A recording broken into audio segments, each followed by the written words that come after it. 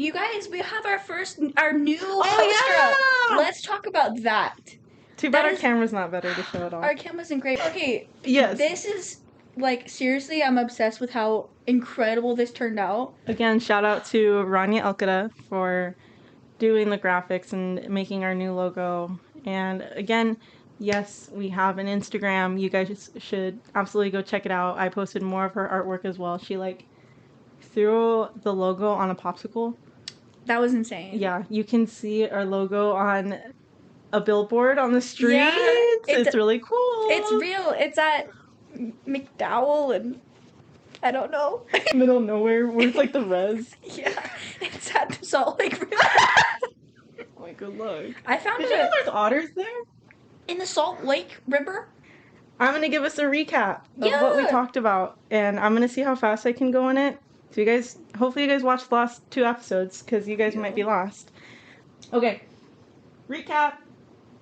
We are addressing the term sexually immoral in the Bible, and that word pops up 4 times in the Bible, which is why we are going over what is called the Big Four.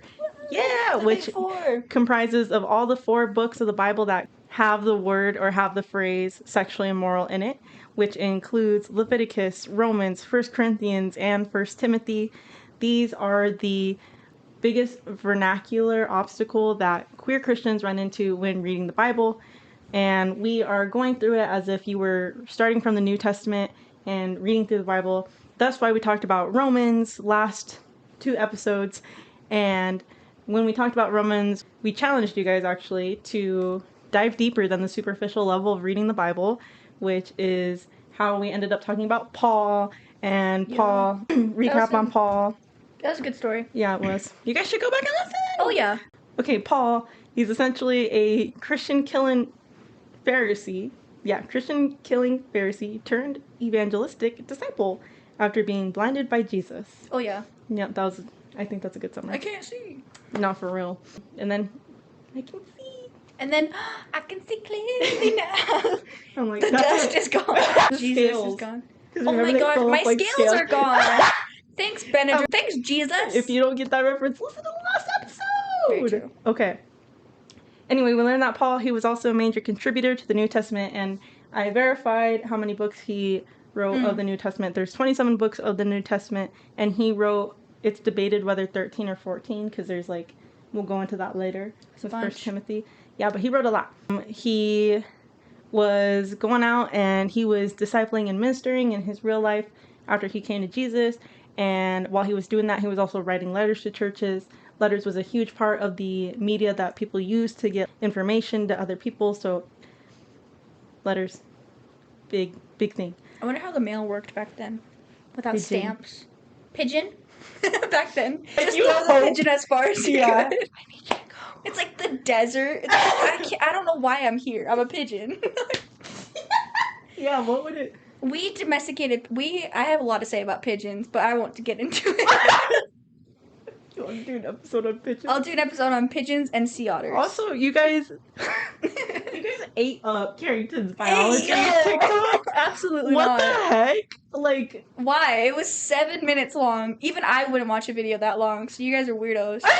But also, like, slay. But also, slay. We got some women in STEM out there, huh? Thanks. Because, I don't know, that is something that I struggle with a lot. And even still, like, specifically that part of the book. And so I hope I did it justice, because it is something that I'm like, I'm really still learning about this. So, yeah. And you know what? I've never thought about it. Well, now you have. Yeah. Okay, we're getting back. Yeah, I did not. We're not finishing this fast. Okay, back to the recap. Writing letters. These letters, he was writing them to specific people, obviously, they're letters, so they are going to have a specific target audience, which is important to know while you are reading his books in the Bible. We also, and this is kind of my assumption, but I thought that Paul is kind of extreme. I feel like that makes sense, though. Yeah. He did go from literally one end, I feel like an extreme end. How can you not take that to the other extreme end? Yeah, and then we'll learn more, too. The more he says going forward, you're kind of like, all right. But yeah, he's pretty extreme. Jesus showed himself to Paul, which we were like, oh my gosh, that's an extreme way for like someone to come to Jesus. That's true. It's like straight up Jesus. That's an extreme way for Jesus to be like, hey. Yeah. Instead of like blind, boom. Yeah. You're gonna see me whether you like it or not. Yeah. Ah! Or you're not gonna see or you're not gonna see it at all. Or pluck. Taking these. He puts scales. Or blocking out the here's some contact lenses full of scale. What if they were just contacts? And he was like, just take them out. Jesus is like, you're supposed to like bring those to people to help them see. He just washes. Sorry. See beyond. Sorry. Cut that. Cut it. I don't want anyone to know I'm a loser. Okay. On the note of the extreme, that's how we debunked the book of Romans that mentions how people were doing men having sex with men and women having sex with women, which sounds pretty homophobic, but we realized, he's just given an extreme example to compare his praise that he was given to the Romans for doing such a good job in their ministry, at least trying to. A compliment sandwich. Yeah. Praise, correct praise. So yeah, he just wanted to give an example of people being like, I wrote in here, straight up out of control. Because they were. Straight up crazy. Yeah, again, people are weird. I'll say that again. People are weird. That hasn't changed. It really has not. Nope. That was a good recap. Yeah, good recap. Thank you. I worked hard on keeping it short. Yeah.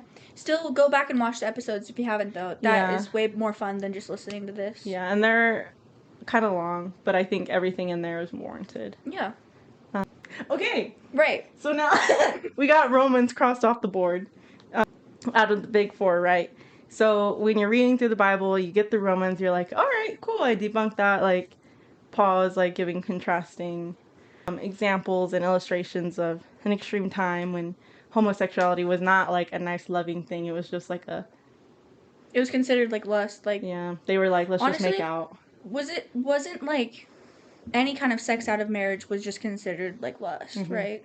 And like it was just bad no matter what, period. And you also have to think like their ideas of sex was a lot different than like what our culture is now. I feel like even though we have our problems now, our culture is still a lot more sex positive in a way where women are able to consent and we can find partners that we find attractive. It's not just like somebody kind of grabbing you up and being like, okay, let's honestly go. That's kind of like a new thing. That's like 80s new. Yeah.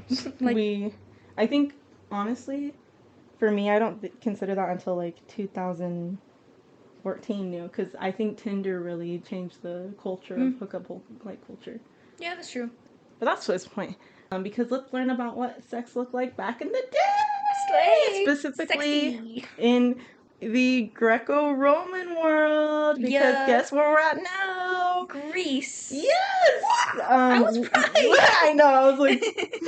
You better say I love Greece. Because the next book that you run into is, of the big four, is going to be 1 Corinthians. And so we run into chapter 6, verses 9 through 11, which I'm gonna read for us.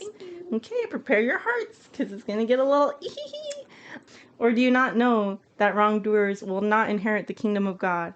Do not be deceived, neither the sexually immoral, nor idolaters, nor adulterers, nor men who have sex with men, nor thieves, nor the greedy, nor drunkards, nor slanderers, nor swindlers will inherit the kingdom of God. And that is what some of you were. But you were washed, you were sanctified, you were justified in the name of the Lord Jesus Christ and by the Spirit of our God.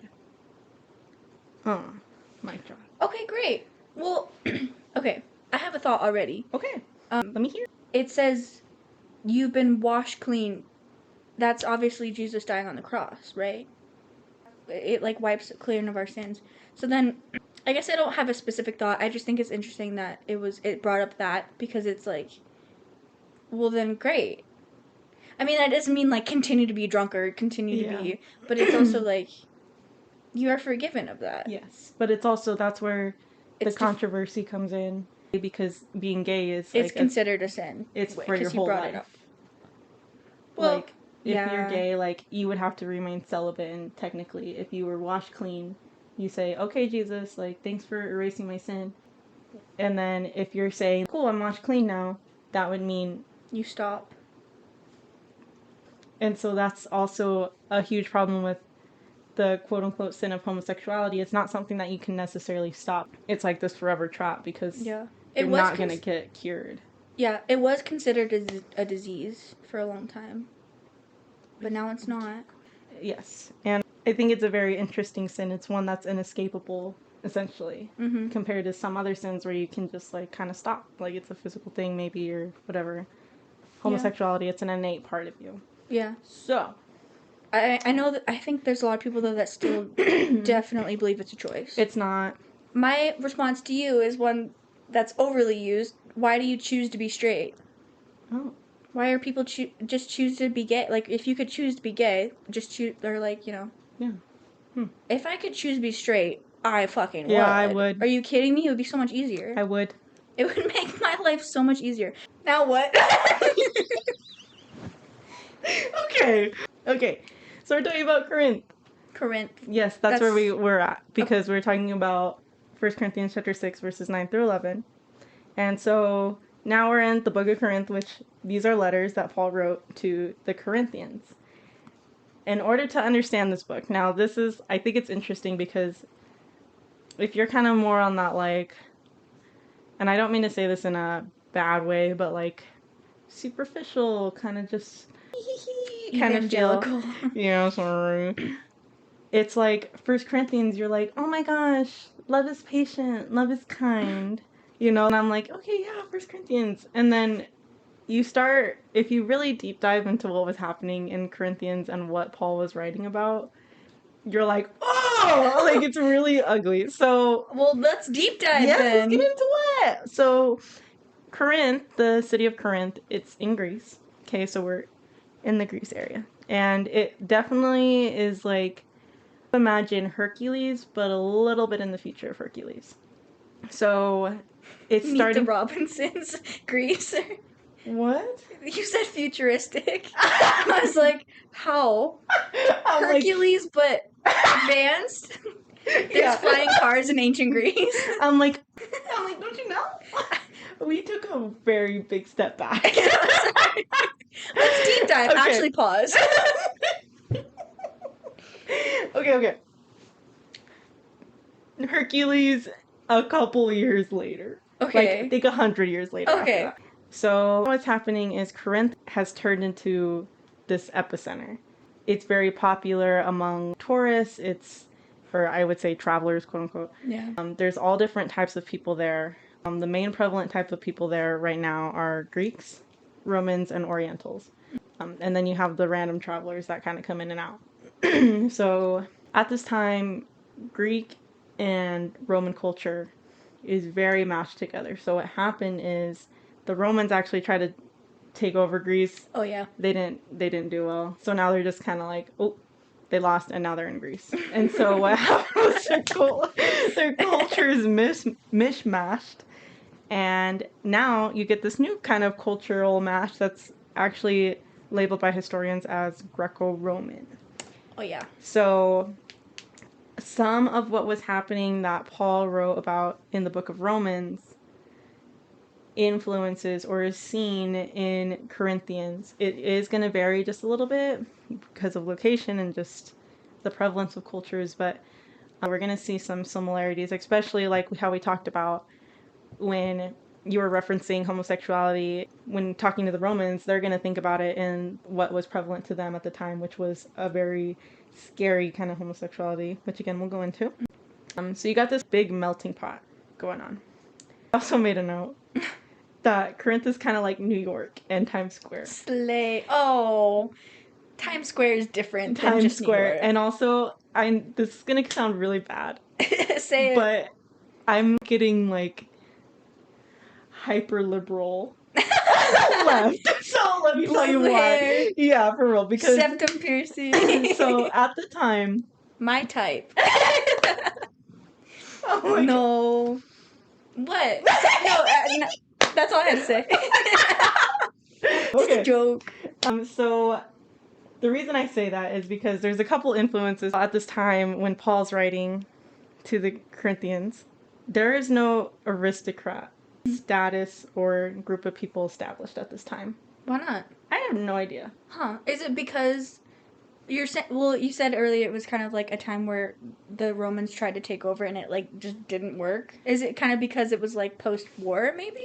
That it was like still trying to figure itself out? I also think it's because of the way people were gaining and selling certain things, which we'll go into. The exchange of money, and this is why I also relate it back to New York, is because you get these like kind of liberal people doing what they want, all sorts of different individuals, but then you have a ton of money going on everywhere. There's a lot, again, epicenter, you're gonna have some merchants, but there is also a lot of sales happening in what is the temple of Aphrodite. Oh.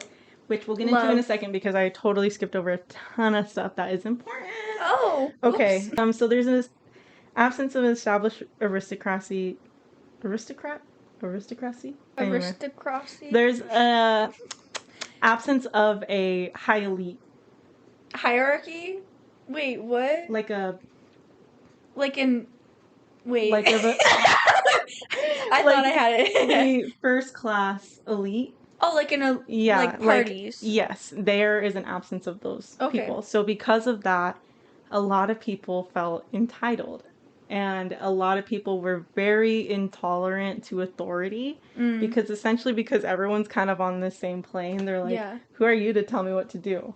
And they just have never been used to like kind of being in the hierarchy, which is kind of nice, but also it kind of spirals out of control, which also influenced the culture, which, yes, there were laws.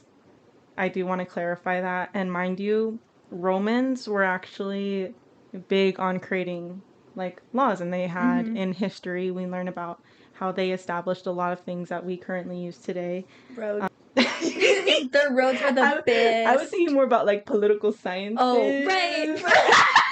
Democracy and all that. Right, my bad. I was thinking the justice system, you know. I was thinking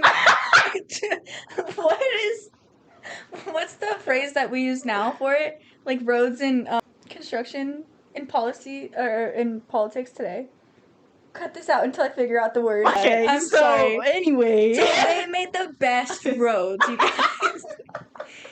I was thinking more along the lines of like roads. Yeah, you know what that did? Good job, Karen. Bridges and roads.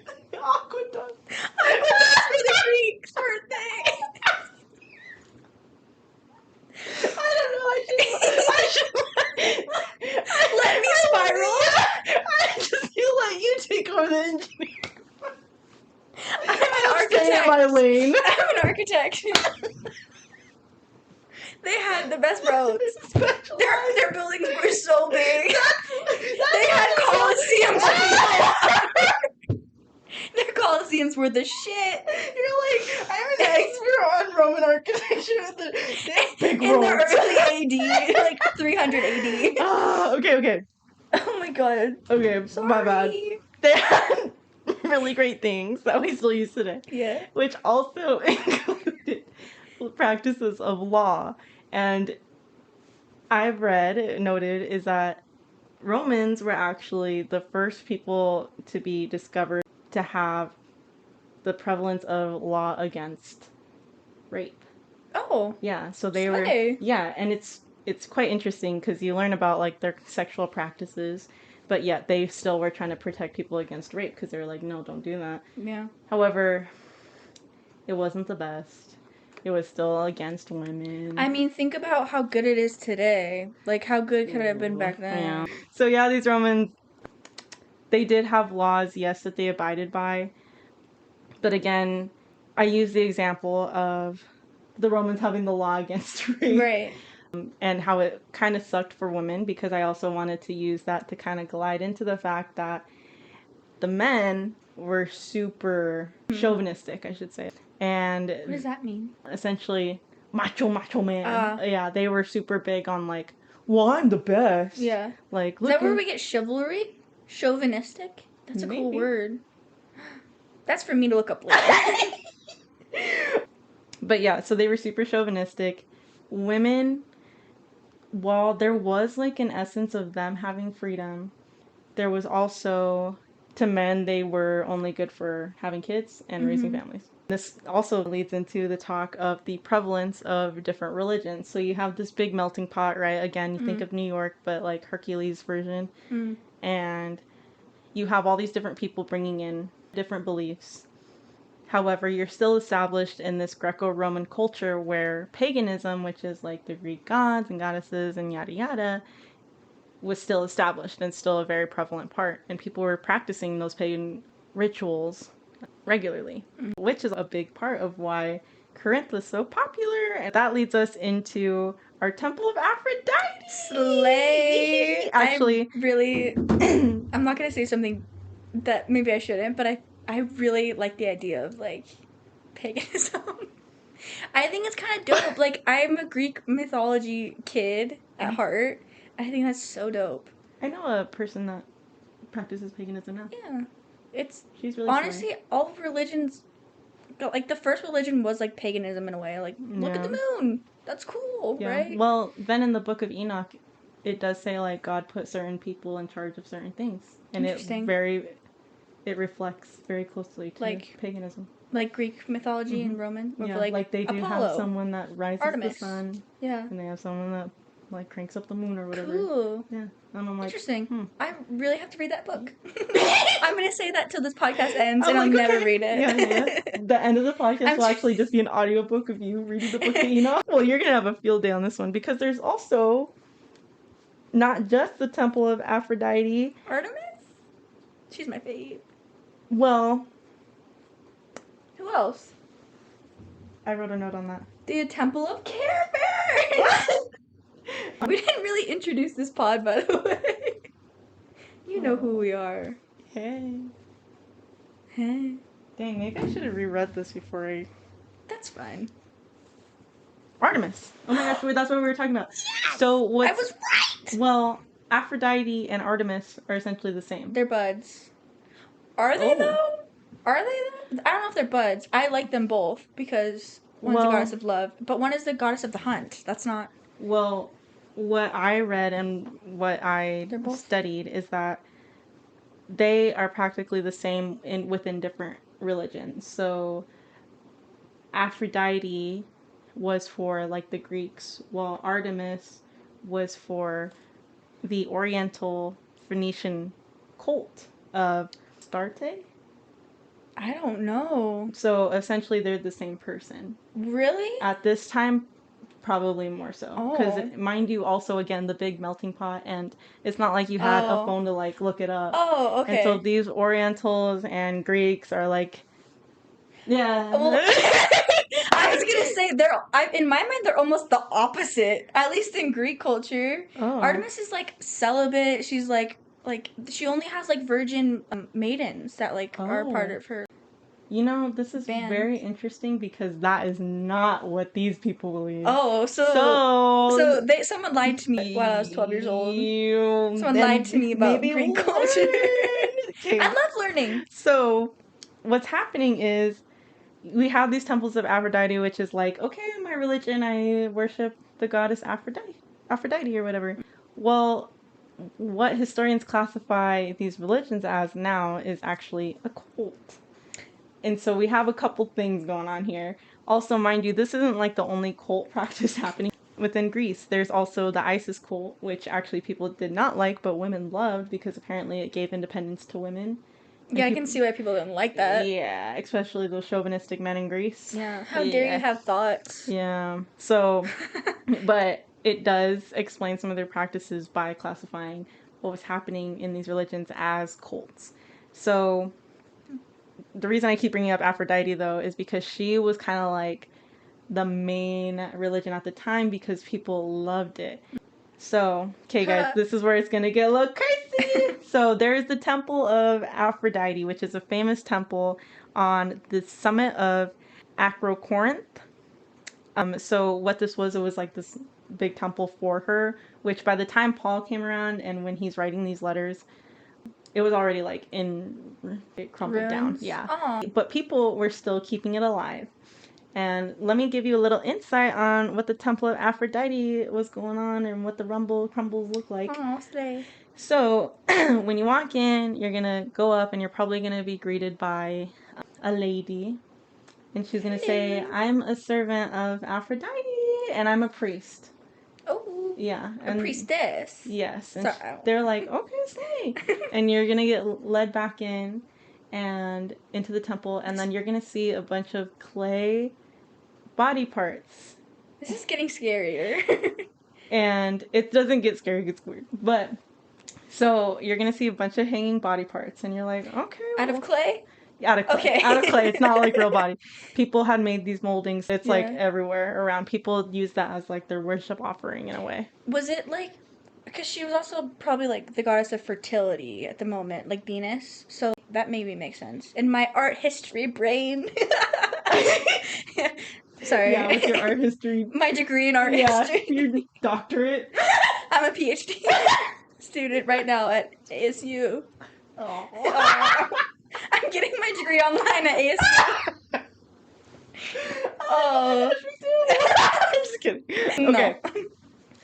So yeah, you get led back, and then all of a sudden you're like, okay, I hear something going on back there.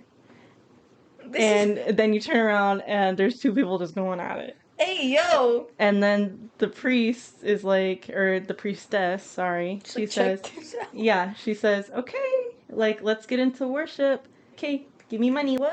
You pay her, and then essentially you just have sex with her. With her? So what's happening is their form of worship, because Aphrodite, they were practicing in the culture of, or religion of, hedonism, which is essentially the religion that believes pleasure is the number one thing in the world, and that is the best thing, and that is what humans should be striving to get. So the goddess Aphrodite, who is again the goddess of fertility, some of that beauty, sexual pleasure, people are like, oh, pleasure, slay. So kind of give you insight now that we're past the illustration, because it's kind of like a slap in the face. It's going to be kind of a lot. So what's happening is you got the Temple of Aphrodite. You got what was described as 1,000 priestesses who kept those ruins alive of the Temple of Aphrodite. What essentially they were equated to were just female prostitutes. So they describe themselves as, okay, I'm here, I'm a priestess. The way we worship Aphrodite is finding pleasure. What they believe that getting to the spirit, like what we believe, like, okay, I'm going to worship and put my hands up and Jesus, you know. The wheel. Well, they believed that achieving an orgasm was achieving the spirit, and that was their... They didn't know no better. They were old people. Well... Oh, well, here comes Paul. Yeah, so that's where Paul comes in. So you had these women that were either volunteering or they were sold. Well, I like to think it was more voluntary. Yeah, but it probably wasn't just that, though. Mind you, in the Greek culture, people wanted to praise Aphrodite. They're like, slay, pleasure, thanks. Here's my offering. It's a woman, so that people can also get in the spirit. Thanks, Aphrodite, I'm supplying this for you. So getting into the spirit, pleasure, however you wanted to do it. So you would go into this temple, you could do whatever you wanted with whoever you wanted. It was mostly just about achieving that orgasm, quote unquote, enlightenment at the time. Thus, why you see all the hanging of the body parts, it not necessarily to be in a scary Silence of the Lambs way, but more of like my body, the sensual pleasure of my clay offering of a penis, like, because I get pleasure from that. Thanks, Aphrodite. And that's what's happening here. Crazy. Also, it's not just in the temple. This is such a normal practice, and it essentially is like, I'm gonna go to church today. Mind you, people love this religion. Yeah. And it was huge. Yeah, you know, they love to do it. So essentially, these are just prostitutes in this temple. Thus, why there is a huge exchange of money. So you have the Greeks who had, mind you, again, there's not like an upper class, but you have Greeks who have money that are selling off these prostitutes. These prostitutes are like, all right, cool, I'm getting money. You also have a ton of people here because they're like, Slay, I'm gonna go essentially what is the strip club right now. Like, when it's like the epicenter, you said. Yes. It's like New York. And travelers are coming in, and it was an experience to go to the temple of Aphrodite. So it's not even just like an experience. Yeah, people are just like, oh shoot. Oh, it's kind of like Vegas, baby. Like, and they're actually it is like Vegas. Yes, and people, there actually is a term. Okay, I'm sorry if I mispronounced this. Corinth, the size thigh. What? Corinth, the size of thigh. Anyway, something to that extent. I'm so sorry for butchering that.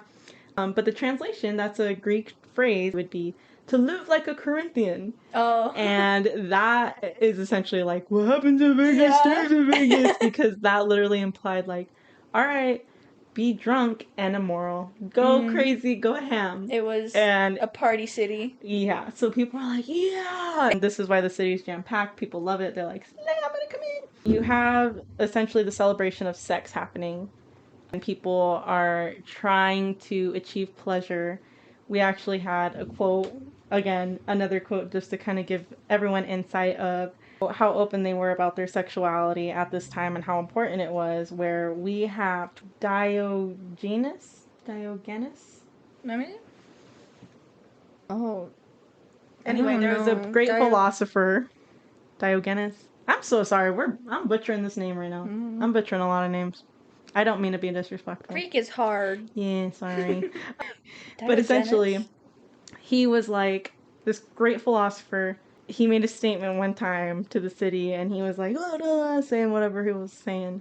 And he was like, I can meet Aphrodite all the time, mind you again, sexual pleasure. Yeah. And I guess euphemisms. And he lifted up his kilt. Bruh. And his tunic. Yes. His kilt. My bad. His tunic.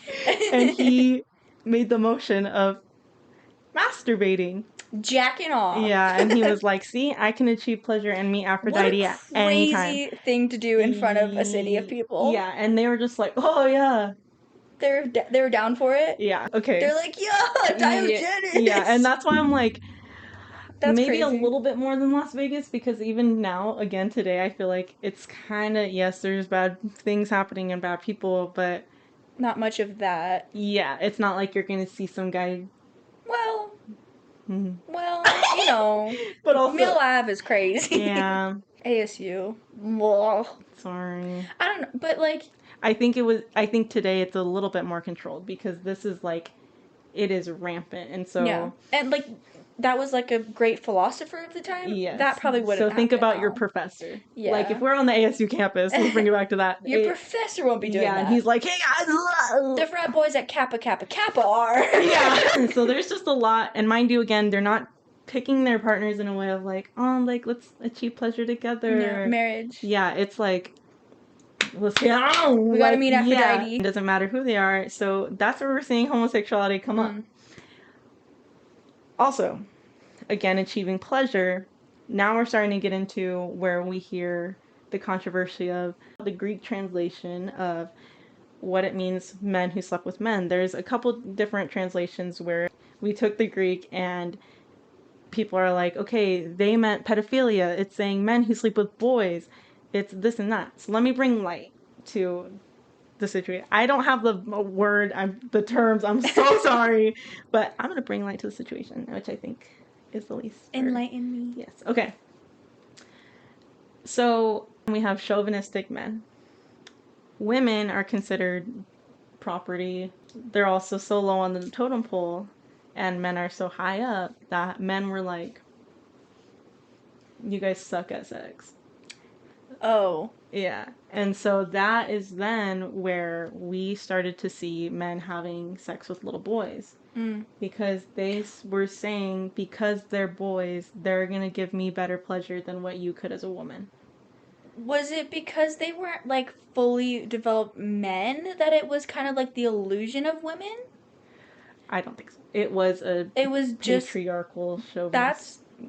Yeah. And so, because it was a dudes do everything better, and mind you, they took advantage of these boys, and we start hearing the term effeminate. This is where we get the term effeminate. Effeminate is essentially someone who is soft. They were the people that are essentially, I'm so sorry, this is, for lack of better words, the bottom. Oh, I was gonna say twink. Maybe that too, but okay. Sorry. So, these guys, let's get into the twinks, I guess. No, the bottoms. The Troye Sivan. Yeah. We're gonna get slander. We're gonna get slander. I love Troye Sivan. We love him. We love you if you're watching. If you want to come on Hey, the pod, Troye, if you're watching. I didn't say that. I'll take you on a date. Hey, you. I would date Troye Sivan. I don't think he would date you. Oh. I swear, one of your girls in the music video, that music video was crazy good. Stunned. Both of his looks, I'm like, such a good job. I will marry you right now. Marry you right now. On spot. Okay. Or Ross Lynch. I'll marry him too. Ross Lynch was the right choice for that music video. Ross Lynch, you slay. He's a great person. Yeah, he is. Okay, it's back to the effeminate. I'm sorry. Yeah, back to the trigger warning. Back to the twinks. Okay, so because women were considered so low on the totem pole, damn, to be in the position of a woman when having sexual relations, essentially being the bottom, the one having stuff inserted into you as a woman would, you're thought of as less than. Yeah. So that's why we get the term effeminate, and people are like, no, don't be effeminate. So you can take this in two ways. From the Greek culture, you don't want to be effeminate because then you're lower on the totem pole. Mind you, they don't have an aristocracy. They don't have a higher class. They don't really do well with authority, levels of authority or hierarchy. The way I think about it is, how are you going to establish your power? Human nature is to have power. Power and some sort of control. How are you going to obtain that? So, with the effeminate, you're like, well, then why would anyone do that? Why would anyone be the bottom in the situation, right? Well, sometimes people would use it in their favor. So, because if you're effeminate, then you have some guy that's like, I'm so sorry, for lack of better terms, dang, you're really good. You're with me now. And you're with Mr. Big Honcho, macho man. You're protected. I guess. Who's gonna beat you up? He's gonna be paying for your meals. You got a sugar daddy. You got yeah, I'm so sorry. But, like, are these men, or effeminate men, I guess, for lack of a better term, are they consenting to this? Yes, they are soliciting themselves. Oh, well, probably because they've you know, been labeled as this, so they're like, might as well. It's kind of like a pimp situation, maybe. Yes, they essentially are pimping themselves out to survive. This is a crazy... Yes, and so it's not the same as what we see as, like, I'm a bottom, I just prefer that, it's my preference of pleasure. Or, this is who I am, this is the way I dress, which a lot of people get confused in the sense of, like, oh, that's, God says no to transgender people, you can't be effeminate, like, those girly boys. No. These guys were soliciting their bodies and who they are and changing it in order for money and to be next to the coolest guy ever. Do you think it was like a form of like survival for them? Yes. Okay. To an extent. Sometimes, again, going into the power, how are you going to achieve power? You're going to achieve power by being the right-hand man to the coolest guy in the world. So, like, sorry, in the Greek culture, the biggest guy. And so you're going to kind of give it up. Yeah. And so, again, you're not making this choice out of love or even out of, oh, wow, I'm attracted to you in any sort of way. You're making it out of a desire for power, a desire for money, a desire for status, selfishness. And when we think of it like that, that is not the homosexuality that we're choosing. Like, again, the partners we choose, we're choosing them out of love. In no way did these guys say, like, I think I like boys. Like, okay. Like, men. I'm so sorry, because there are people that were like, oh, they're boys. Also, getting back into the boys thing, with the men, they were targeting boys to have better sex, because they said the men give better sex than the women. Dang. Fellas, is it gay? Fellas, is it gay to not like your woman? Well, okay, you can... I can only imagine why. That's crazy. They're boys, like, they're probably easier to get and easier to manipulate, yada yada. When you say it, I'm trying to think, like, these are underage children. They're not like 25-year-old men that are just like effeminate twinks. They're children. Yeah. So when we say boys, we're saying like young. Yes, we're children. saying in the range of children to like literal high school 18-year-old boys, is because there was a prevalence in the church at the time where, and I don't think it was the church of Corinth, I think it was in the beginning of like, well, I don't know, there was like a church and there was a standard within Roman culture where there was, if a boy was protected by the church, he wore this like little white gown, he had a specific name. Is it Catholicism? I think so, but I don't think it was like necessarily prevalent. Like the Catholic Church, it was maybe like the beginning of it, probably. But again, it was prevalent in Roman culture.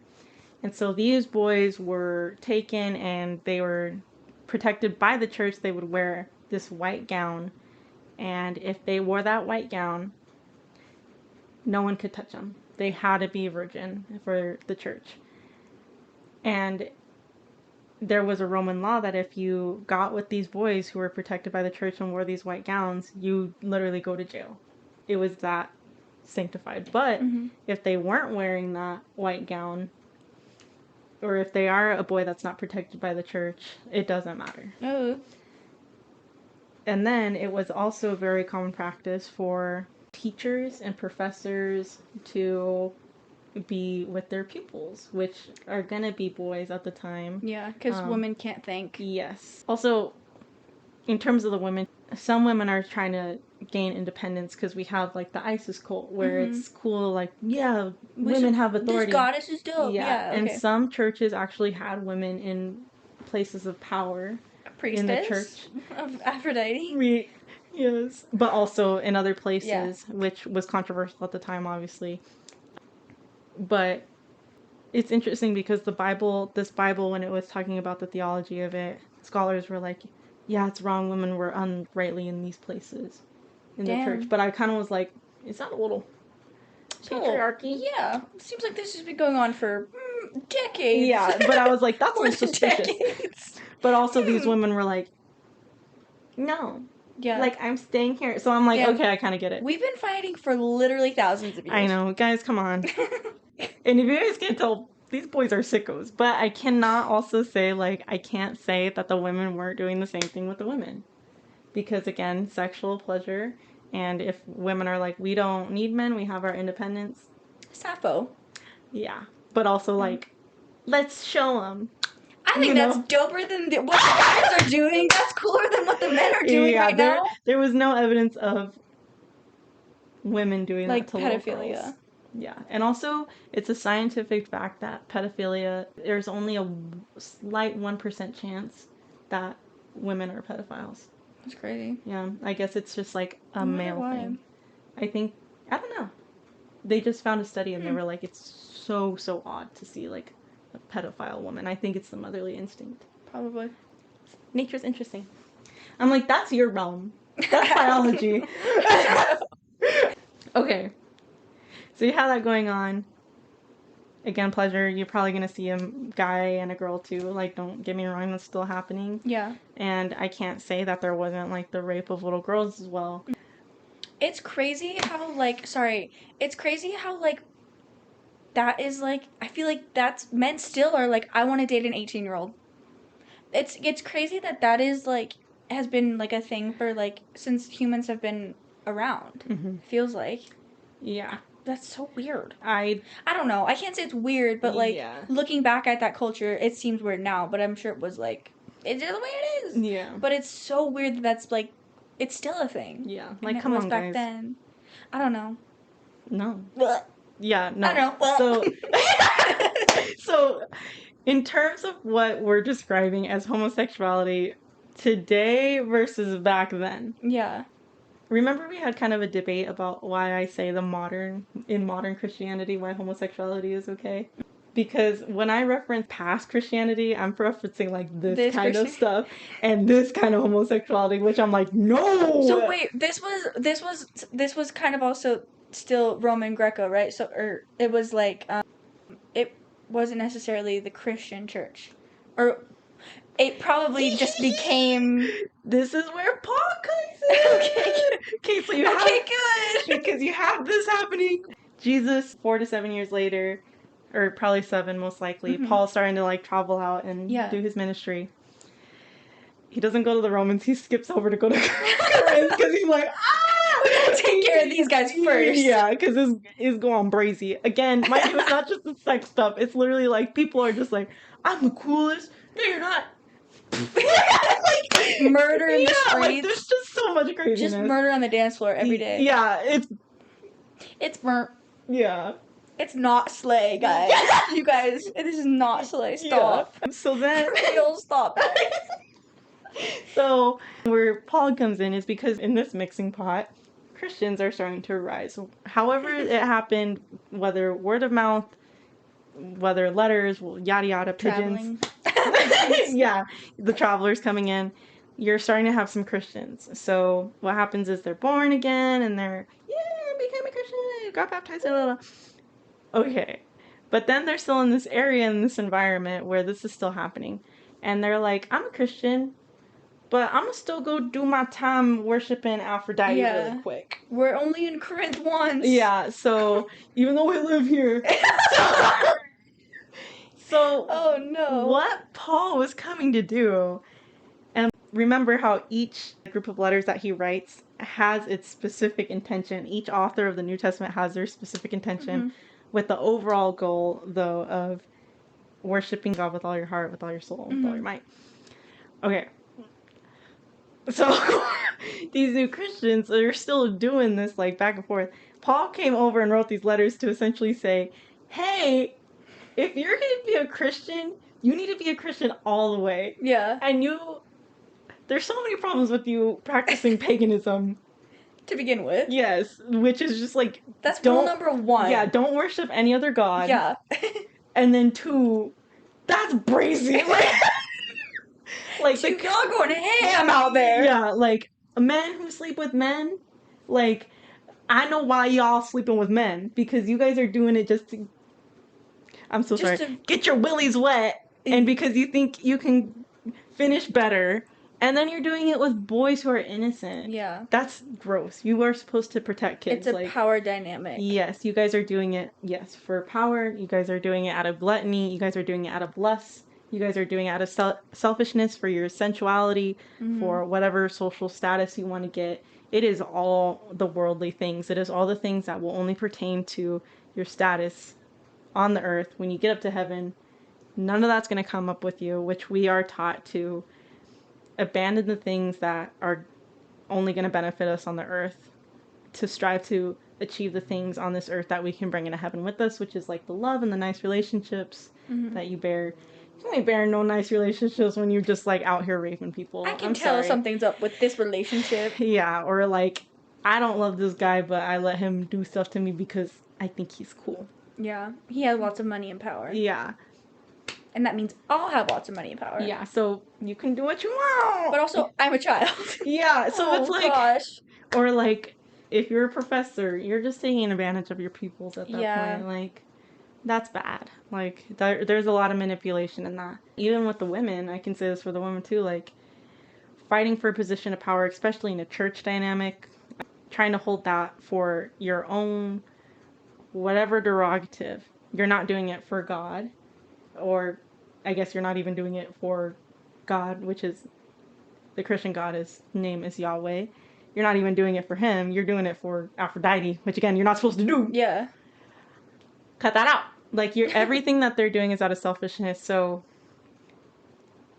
again, it's so many things wrong with Christians saying they're Christians out there in the Church of Corinth that's trying to get built up. But you guys are still going to freaking the Temple of Aphrodite and paying to... Yeah. You're not living it, bro. You're just saying it. Yeah. That's where Paul comes in. And that's where he is like, don't you know that the wrongdoers and men who sleep with men, he's describing what the pagan worshippers were doing.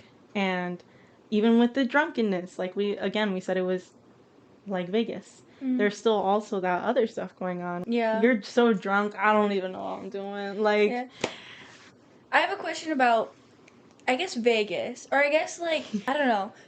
I love Vegas. Yeah. That's so bad. I'm like, Church of Corinth so bad. But Vegas is fun. Yeah. That's kind of what I'm getting at. I hear it a lot where it's like, you say you're a Christian, but I see you at the clubs. Or it's like, can you truly live both things of wanting to go out? I mean, going out every night or like every weekend is kind of different, but going out every now and then and drinking of legal age, is that like, I mean, that's not like living the Bible in the moment, but it's also, it's just, that's kind of like how life is today. Is that like, Well, where do you balance that? At least, that is kind of off topic, but like. No. You know who I guess actually when talks you're- about that? Who? Paul! You guys, that was fucking genius.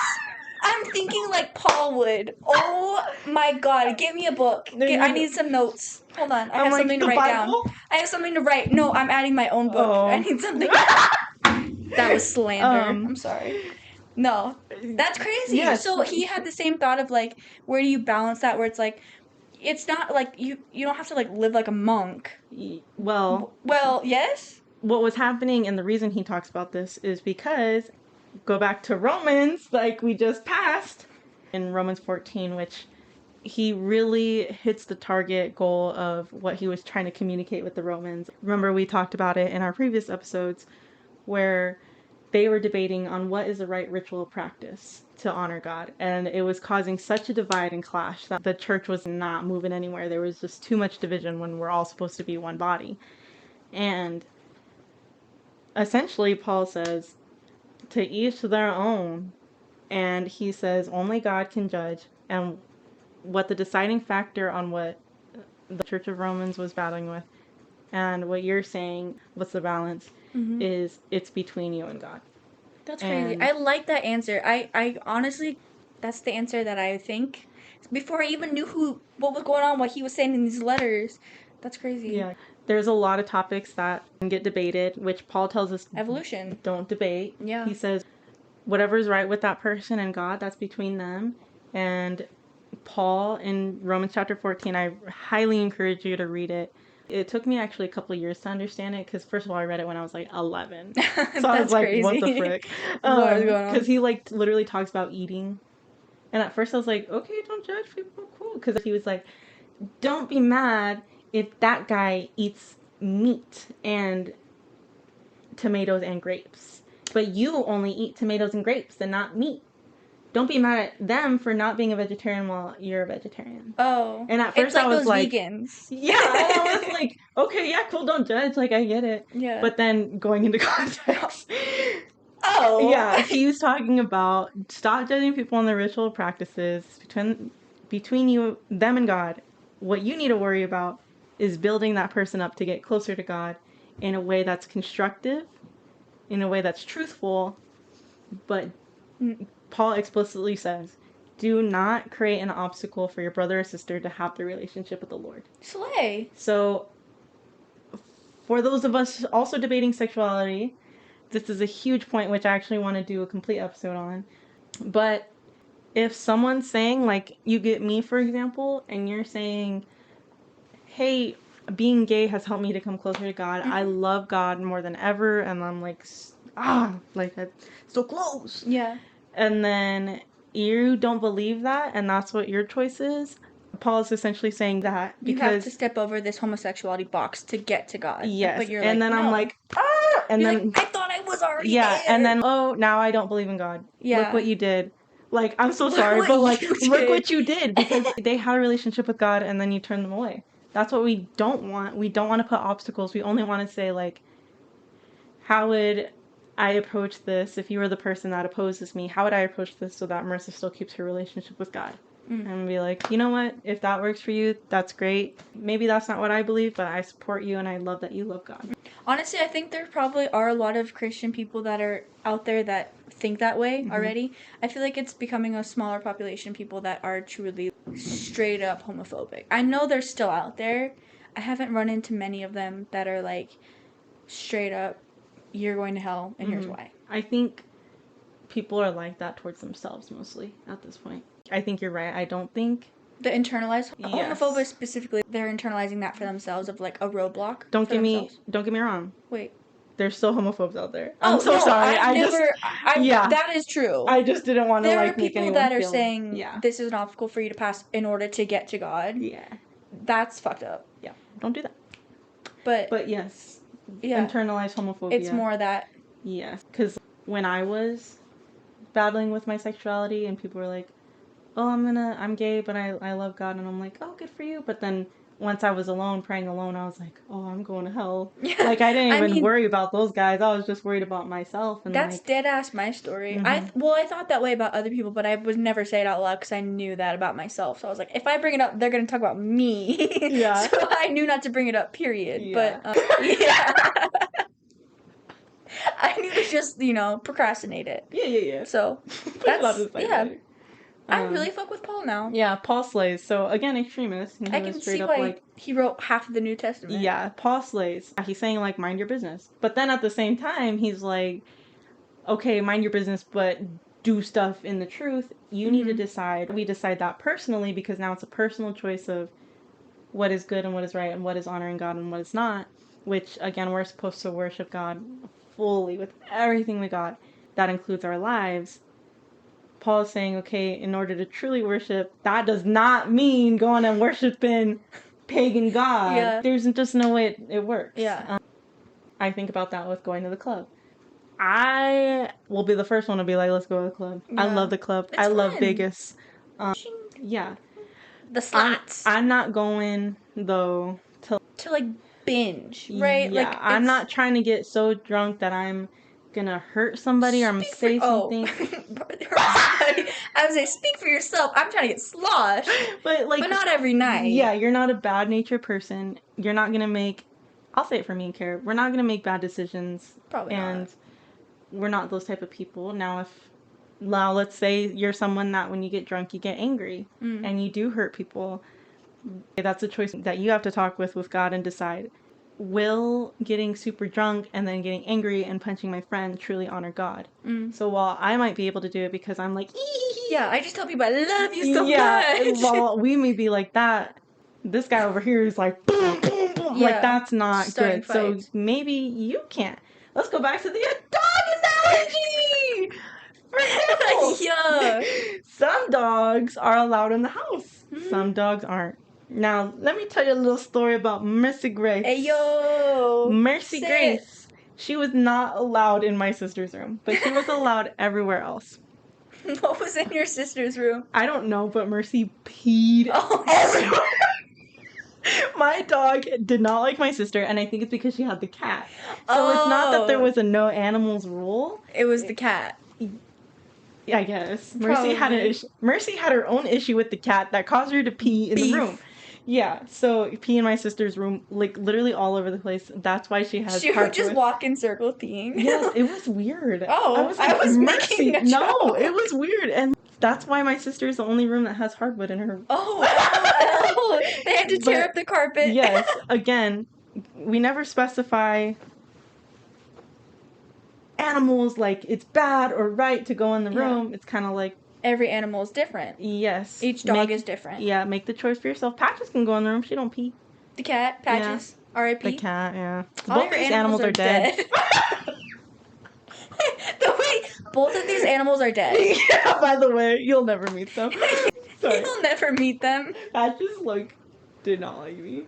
It was funny because there was a dynamic. I think that's why Mercy could tell that you had beef with Patches. Yeah. Mercy was like, let's piss.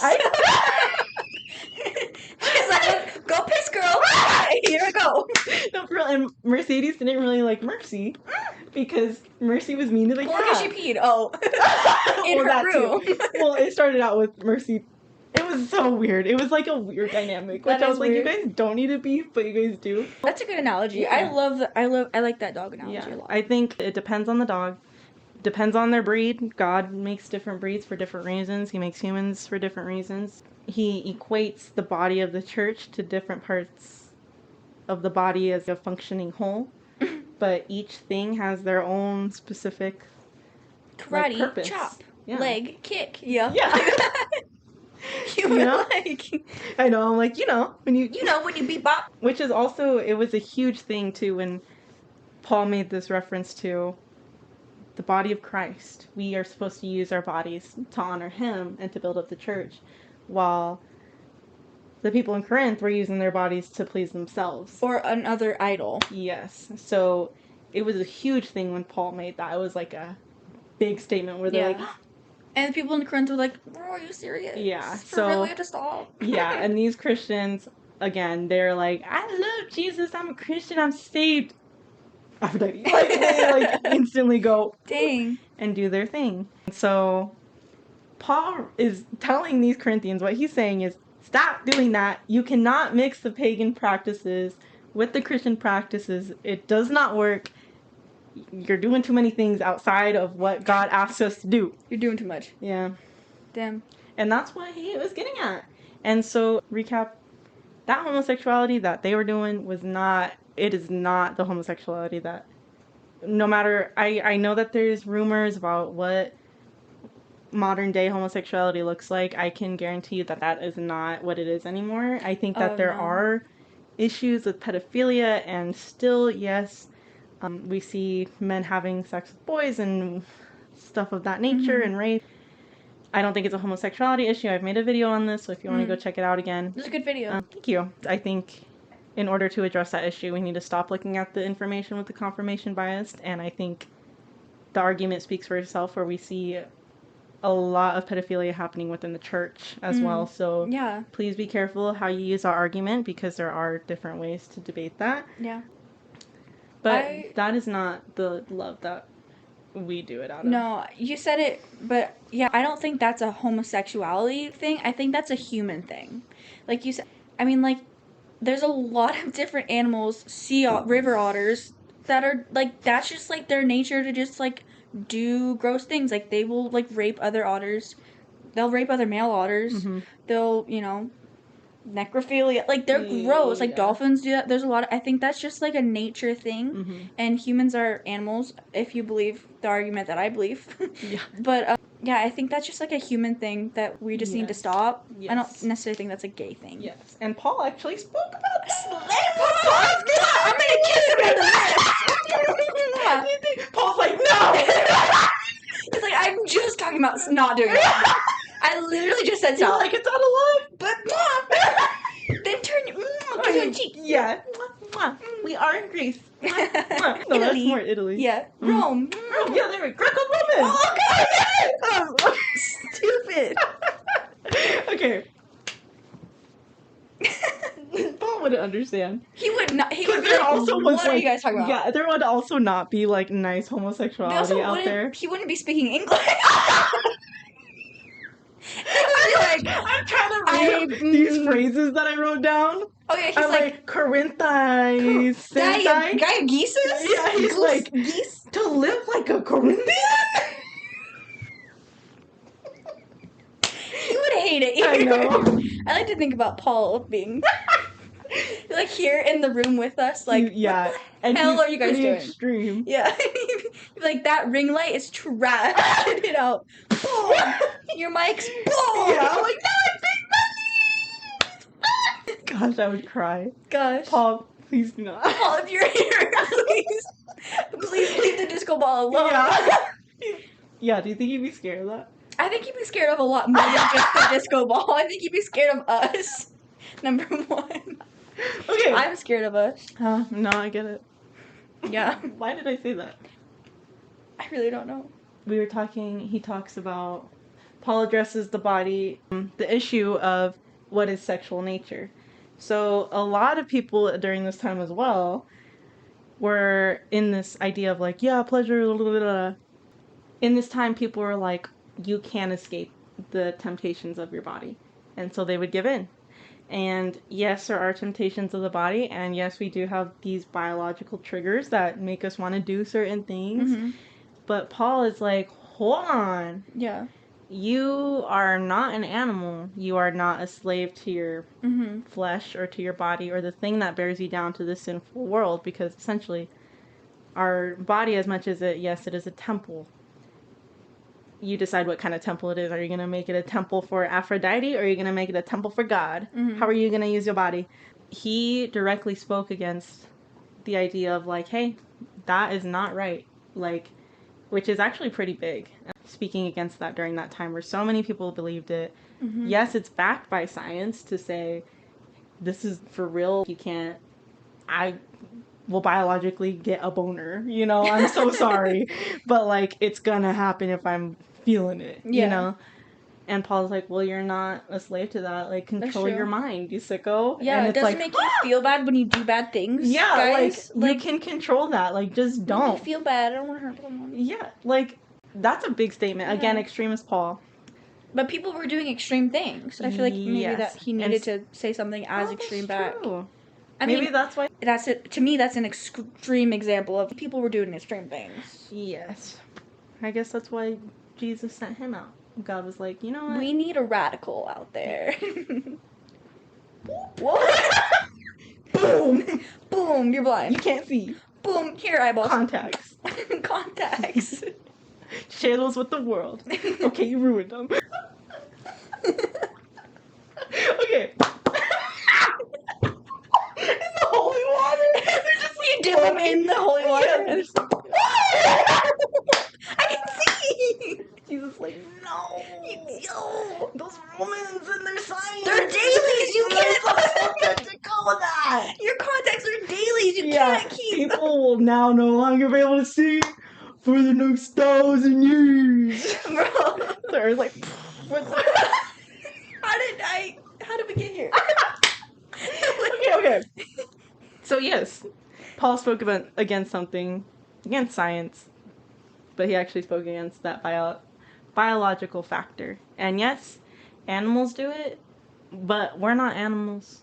Yeah, we're not the same as like an otter. Yeah, even regardless of what you think, the way we evolved, if you also think in a spiritual sense, God put us to rule over the animals. There is a separation. Shepherd. Yes, we have the knowledge and we have the ability to control ourselves.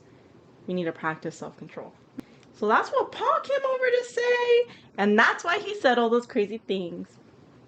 The end. Yeah, that's pretty much it. That's crazy. That's really good. Thank you. And I think it's also a hard topic to talk about, to be like, they aren't talking about current day homosexuality. Like, how are you going to be like, well, dudes just want to do with boys because it's better than girls? Like, it's saying that so blatantly and really having that conversation as a normal is hard to have, which is why you probably aren't going to hear it a lot. And also, when I was doing research, a lot of the history about the cults and what they did in their practices, there's not a lot of record of them. And there's not a lot of things that we can study for that. And so it kind of is just like, well, we know that they did this. Yeah, and this is what we think. Yeah, so that also comes into play too, why it might not be spoken of as much. And yeah. Crazy. Yeah. So don't be crazy. Paul's getting to everybody. Yeah. No one's safe out there. I think that was a really great episode. Yeah. You tell these stories really well. You give enough background to make it understandable of like why he was writing what he was writing. Thank you. And to whom. Thank you.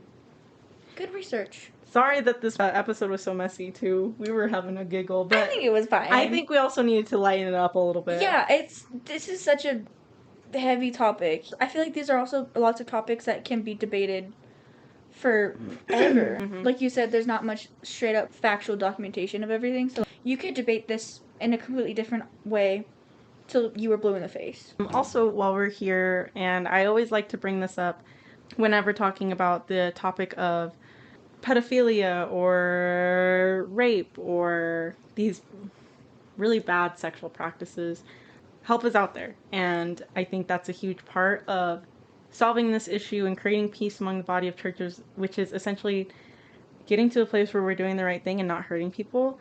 So some of the best ways to prevent pedophilia or sexual assault, first is to talk about the sexual assault hotline, which I'm going to give you the number right now. It's going to be 1-800-656-4673.